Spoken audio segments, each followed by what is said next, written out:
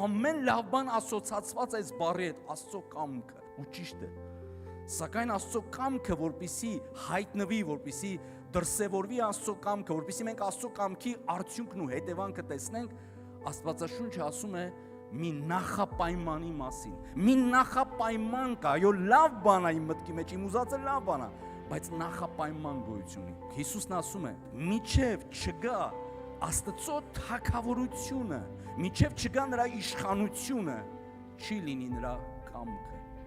Կամքը, կրկնում եմ, սկզբունք ունի, նախապայման ունի։ Ես ուզում եմ Աստծո կամքը, իմ համար դա կարևոր է, միջև չգա նրա թագավորությունը։ Որոշները շփոթում են սա, մտածում են, որ սիրում են Աստծուն, ուրեմն Աստված ամեն ինչ պիտի լավ անի։ Աստված անփոփոխ է, ոչ մեկ չի կարող ծռի ասում։ Մենք չենք կարող վստահել մի Աստծու, որ մեկի ասածից կարող փոխվել։ Մենք չենք կարող ծռել ու շեղել Աստծուն։ Նրա թագավորությունը վերջ չունի, նա